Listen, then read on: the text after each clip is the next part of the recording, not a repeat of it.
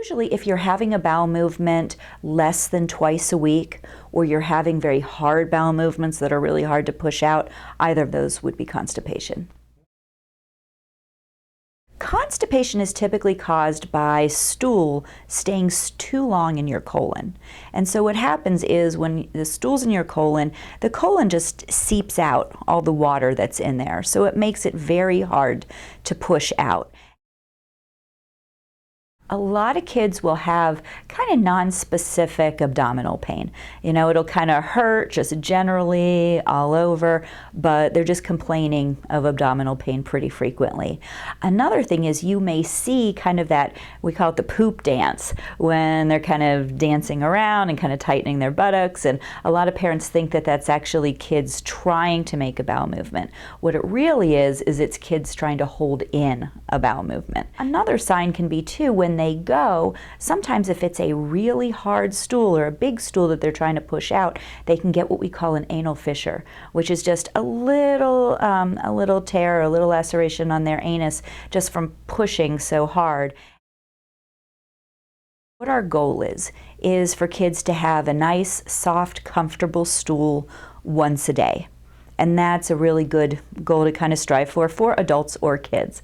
So the way that we do that is first off by increasing the fiber and the water in their diet. We have a lot of kids that don't like to drink water through the day, or kids that are eating a lot of processed foods and a lot of junk foods, and they're not getting a lot of fiber. So fiber being whole grain breads and vegetables and fruits, and so we really need to increase that in the diet. I'm not a big fan of fruit juice because it has a lot of sugar in it, but when it comes to constipation, that sugar actually helps to move everything through the system. So having 4 to 6 ounces once or twice a day of fruit juice will also help with constipation. When you do have kids that are sitting on the potty, a thing that can help them on the potty is to have a little stool that's in front of them so that it gives them actually a place that they can push off with their feet, and so that helps them to just create the pressure that they need in order to push. Having set times that we sit on the potty.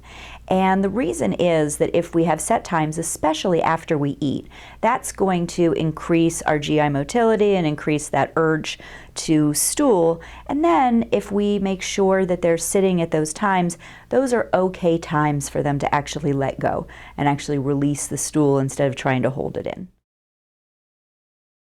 One thing is if kids are missing school because of abdominal pain, that's definitely a time to see your doctor.